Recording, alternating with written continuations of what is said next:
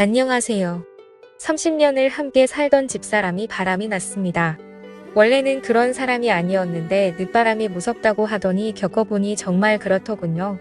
바람이 나니까 눈에 아무것도 보이지 않고 주변에서 누가 뭐라고 해도 듣지 않았습니다.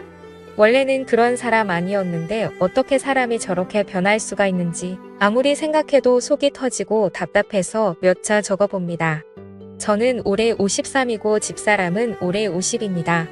집사람은 결혼하고 지금까지 밖에 나가서 일이라고는 해본 적이 없는 사람입니다.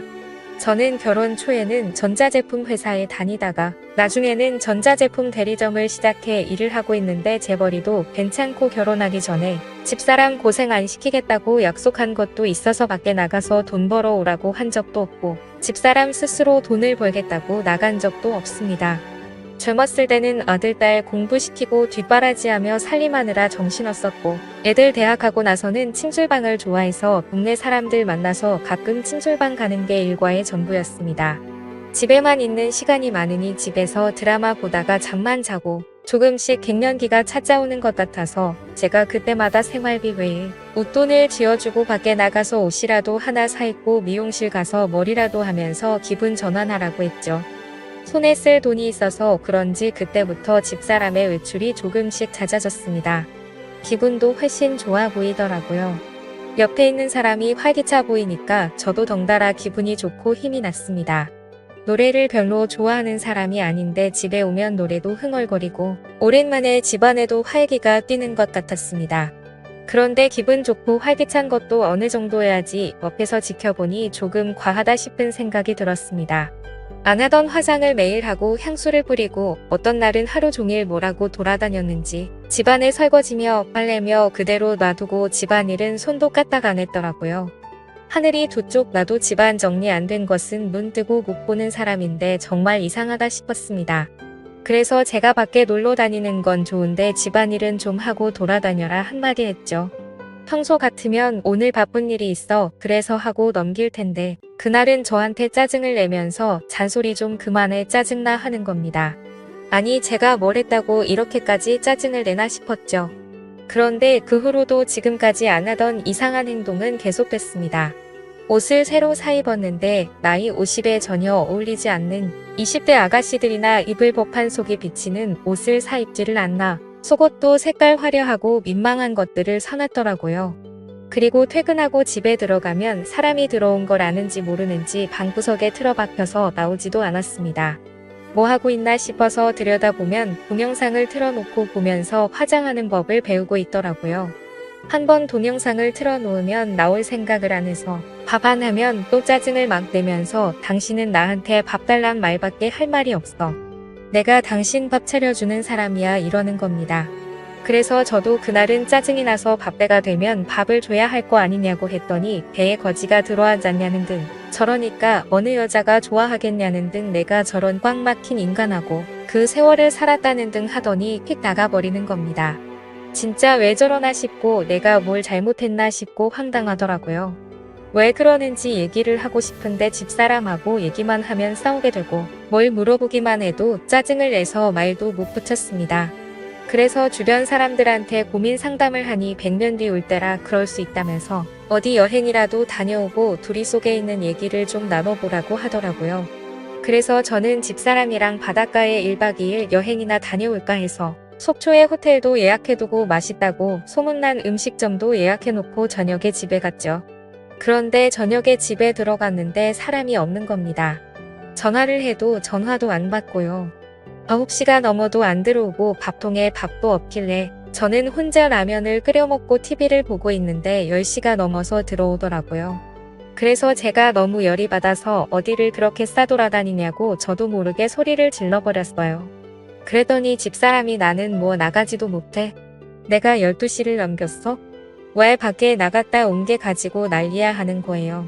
그래서 제가 가면 어디 간다고 하든지 나갔으면 전화나 받든지 이 시간까지 아무 연락도 없는 게 정상이냐 했더니 그러면 자기가 비정상이냐면서 막 화를 내면서 문을 닫고 방으로 들어가 버리는 겁니다. 저는 이게 아닌데 오늘 여행 가자고 얘기를 하려고 했는데 본의 아니게 또 이렇게 싸움이 되니 나도 참 안심하다 싶었습니다. 그래서 저는 마음을 좀 진정시키고 집사람이 있는 방으로 들어갔습니다. 제가 들어가니까 전화를 하다가 급하게 끊더니 왜 소리도 없이 들어와서 전화하는 걸 엿듣냐고 하더라고요. 그래서 제가 그런 게 아니다. 할 말이 있어서 들어왔다. 우리 여행 간 지도 오래됐는데 어디 바닷가 가서 맛있는 것도 먹고 바람이나 쐬고 오자 했더니 대뜸 한다는 말이 내가 당신이랑 여행을 왜 가? 무슨 재미로? 혼자 갔다 오아 하더군요. 저는 너무 기가 막혀서 도대체 왜 그래? 내가 뭐 잘못한 게 있어? 섭섭한 거 있으면 말을 해. 자꾸 그렇게 짜증내지 말고 라고 했더니 당신은 잘못한 게 없어. 내가 다 잘못했으니까 이혼하자 하더라고요. 너무나 생각지도 못한 말이라 제가 혹시나 잘못 들었나 싶어서 뭐라고 뭘 하자고 했더니 이혼하자고. 나 사랑하는 사람 생겼어. 제가 너무 기가 막혀서 너 바람났냐 했더니 한다는 말이 더 가관입니다. 자기는 바람난 게 아니라네요. 자기는 뒤늦게 사랑하는 사람을 만났을 뿐이라고 하더라고요. 그래서 제가 그게 바람이 아니고 뭐냐 했더니 우리 사랑을 바람으로 부르지 말라고 하네요. 하참 이 정도면 미쳐도 단단히 미친 거 아닙니까? 외도 현장을 들킨 것도 아니고 지 스스로 남자 만난다고 자수를 하고 당당히 이혼을 하자고 하다니요. 늦바람이 들어도 단단히 들었구나 싶었죠. 그래서 제가 말했습니다. 정신 나갔어? 지금 당신 나이가 50이야. 지금 어디서 누구를 만나서 무슨 짓을 하고 다니는 거야? 어디서 이혼이고 무슨 개뿔 사랑이야? 제정신이야? 했죠. 그랬더니 오히려 자기가 더 큰 소리를 치는 겁니다. 나 미쳤어. 그러니까 이혼하자고.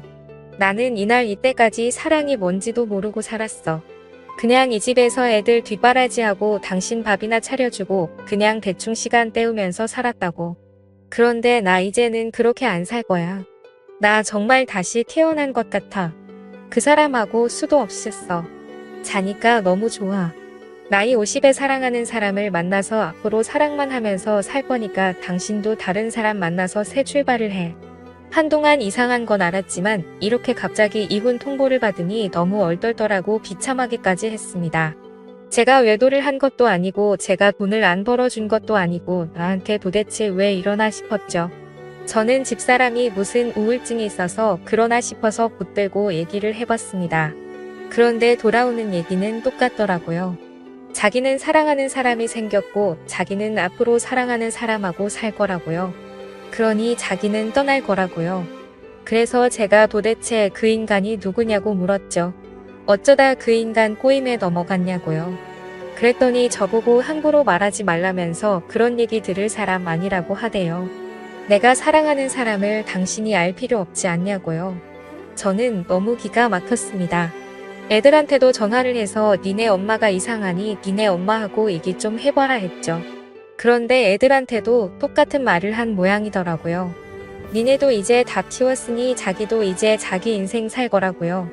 저는 도대체 누구를 만나고 다니기에 저렇게 정신을 못 차리나 싶어서 며칠 일도 안 하고 집사람 뒤를 따라다녀 봤어요.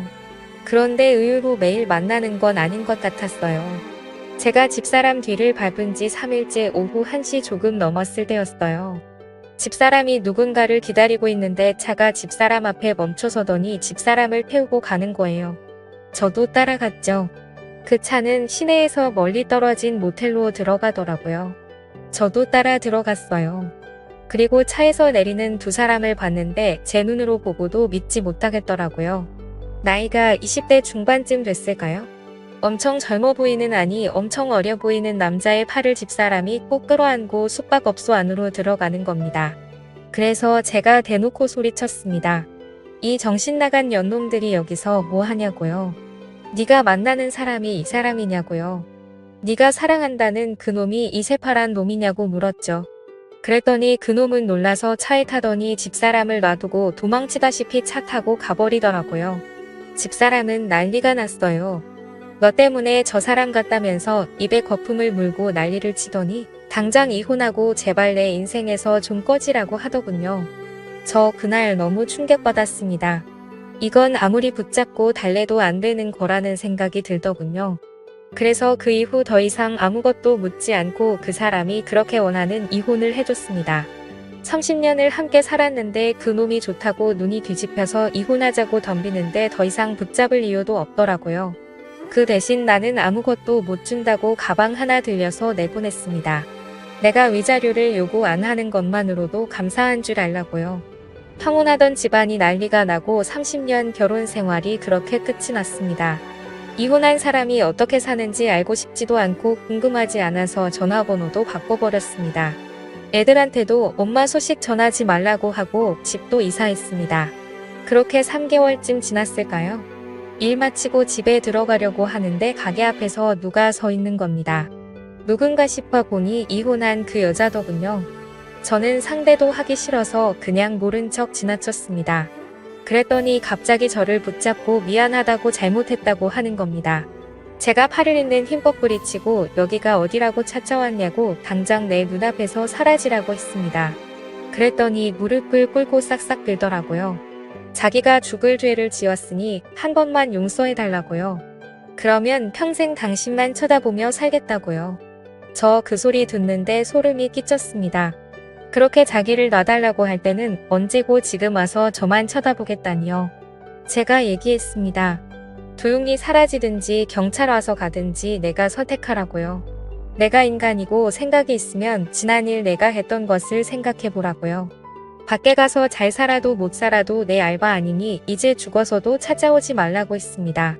그렇게 말하고 돌아서 오는데 뒤에서 소리를 지르더라고요. 자기 안 받아줘도 되니 그러면 돈 좀 빌려달라고요. 그래서 무슨 소리냐 물었더니 그간의 일을 다 털어놓더라고요. 그 20대 중반의 어린 놈이 자기만 사랑한다고 평생 이런 사랑 처음이라고 온갖 가마니설로 꼬셔놓고 당장 결혼하고 싶은데 어머니가 위독하셔서 결혼을 못한다고 했다나요. 엄마가 큰 수술을 하셔야 하는데 지금까지 엄마 병원비가 너무 많이 들어가서 수술 비용이 모자라다고 돈이 필요하다며 돈을 좀 빌려달라고 했대요. 결혼하면 그 돈 꼭 갚겠다고 행복하게 해주겠다고요. 그래서 이 바보 같은 여자가 자기 앞으로 들어놓은 연금보험을 해지해서 5천만 원을 줬는데 그 뒤로는 아무리 연락해도 연락이 닿지 않더라는 겁니다. 엄마가 있다는 병원에 찾아가 보니 그런 사람은 아예 있지도 않고 그 사람이 다녔다는 회사에 전화해보니 그 회사에도 그런 사람이 없다고 했답니다. 뒤늦게 정신이 들어서 경찰서에 가서 신고를 하니 그 사람 신고한 사람이 한두 명이 아니었다고 하더라고요. 알고 보니 그 젊은 놈이 40대 50대 여성들을 대상으로 사랑한다고 접근해서 돈을 빼돌렸던 거죠. 그렇게 걸려들어서 신고한 사람만 지금 7명이랍니다. 사기꾼인 줄도 모르고 나이 50에 사랑 타령을 하더니 완전히 탈탈 털린 거죠. 기가 막혀서 말도 안 나오더군요. 젊은 놈한테 정신이 팔려 그게 사기인지 아닌지도 모르고 노후 대책으로 넣어놓은 연금보험까지 해지하다니요. 한심하기 짝이 없었습니다. 제가 그 여자한테 얘기했어요. 네 무덤 네가 팠으니까 죽든 살든 네가 알아서 해. 다 네가 저지른 일이고 네가 받은 죄값이야. 나는 너한테 그런 돈 빌려줄 이유도 없고 너한테는 10원짜리 동전 하나도 아까우니까 2번 다시 내 앞에 나타나지 마. 그리고 나도 네 말처럼 다른 사람 만나서 제2의 인생 살 테니 남의 남편 될 사람 찾아와서 방해하지 마. 알았어? 그 여자 눈물을 뚝뚝 흘리더라고요. 그래서 한마디 더 해줬습니다. 평생 거지꼴로 살고 싶지 않으면 그렇게 눈물 흘릴 시간에 지금이라도 정신 차리고 가서 네 몸으로 일할 수 있는 일자리나 구해보라고요. 이게 내가 네한테 해주는 마지막 충고라고요. 그리고는 저는 돌아서 와버렸습니다. 솔직히 저는 그 사랑이라는 것이 뭔지 모르겠습니다. 사랑한다고 눈이 뒤집혀서 평생을 살아온 사람한테 등을 돌리는 것도 이해가 안 되고요. 저는 한평생 한솥밥 먹으며 이런저런 얘기하며 살아가는 것이 사랑이라고 생각하는데 사람마다 사랑의 기준이 다른 모양입니다. 처음 결혼한 사람과 있는 정 없는 정 다 떨어진 채로 헤어졌지만 만약 저에게 또 한 번의 인연이 찾아온다면 앞으로 잘 살고 싶습니다.